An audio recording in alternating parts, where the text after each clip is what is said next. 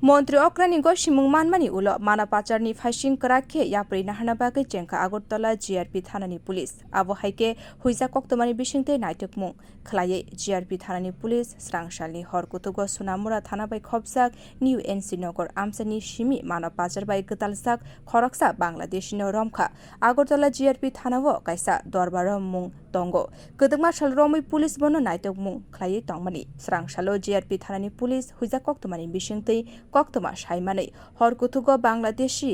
MD Rahul Amino nugui mankha gobangma bangladeshini sunamura thana bai khobjak new NC nogorni 10 number katartar gate by Tripurabo habrini nai tongkha a koktoma mani GRP thanani pulis sunamura thanati BSF ni shebai sanja jorani simino NC nogor bai khobja ganagini amsayo naikal mung khlai tongkha horkuthugo MD Rahul Amin 10 number gate tui thangai tongmani no police বন রমখা সাংরংশালা আগরতলানি GRP থানানি অকরা নাইকলাই police Tapas Das ককথুম থুনানি বসকাঙ্গ যত cock Saul খানারিখা actually আজকের ডেটে মতলব রাত্র আনুমানিক 2টার দিকে আমরা UNC নগর যে সোনামুড়া থানার আন্ডারে এখানে যে ফেন্সিং গেট আছে 1081 ওইখানে গেটের পাশে আমরা একজন বিডি টাউটকে গ্রেপ্তার করি আমাদের আগরতলা জিআরপি থানার মামলার সঙ্গে যুক্ত থাকার অভিযোগে। অ্যাকচুয়ালি ওই নামটা অনেক দিন ধরে আসছিল, তো যদিও বলতো যে শুধু রুল আমিন বাংলাদেশে যারা মানে যিনি